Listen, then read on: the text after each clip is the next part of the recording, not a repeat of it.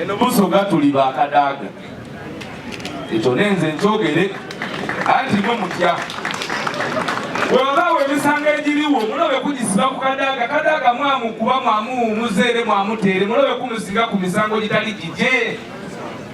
ekyo ndikubasaba busaba nale balita Mongo toyirabuke ndikukuvumbamu kazoyo yewumula ekyo nenze nkyogere kuba ninza Alex Waiswa Mufunbira. I speak my mind ate ku mulambo gwa muganda wange tumaire nina okwogera ekyo. Mama Kadaga muleke kola mirimu gyo mukubele sente mama muleke abeewo ali mirembe gye olemi mama waife atubeereirewo mwamutola mu ofiisi eyo mwamusuula eyo kale mumuleke aweereze mutamutakumbeera ye muli ku mutaaku ate mwinde mwogere ebigambo ebirungi mu kuziika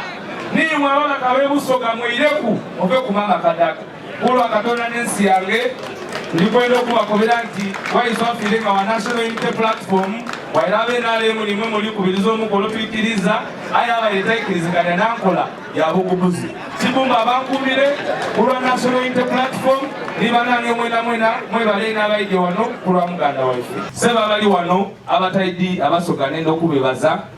obuteebisa mu mbeera nga yebabisiza mu kate Buganda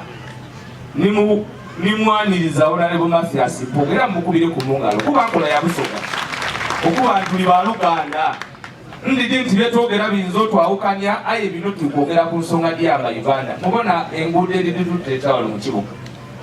Museveni bwe yayita yakuba bantu ziranguudo kyokka ndikulira bana babakanga baliko bamwe enguudo ennungi bana mwogera amazima tulekere kudoosanga bintu busoga ebengedoosa kudoose tuziranguudo tuzira amalwaliro mulobe kudoosa kuwaanawaana nsonga ng'amaliriza nga Anita Mongo buli kimutuuka kwakiriza Speaker Kadaga. Speaker Kadaga bamuwumuza bagezaako n'okumuba obutwafe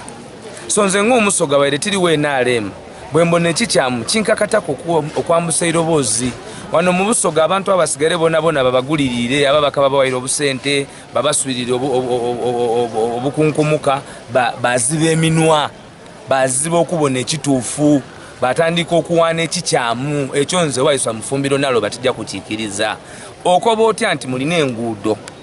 ng'oli kusiima waliwo abali kuba distribution parliament mwe batemera emamba iwe wakoba nti enguudo dikola ki diriwo nga niri bwe mwaleeta nakyemalira waimu wano mwene mwazulanga ekizibu kyaife ki nguudo so abona abasoga abona ababeera abakulembeza abasoga era nze mbaire nina okuvaayo kubanga yakoba nti abali kumulwanisa basiyaga ife ab'NUP yakoba nti Bobi Wine yamaliza yakoba nti Muhozi bwe yagiye Bukedi yatandika kuvumani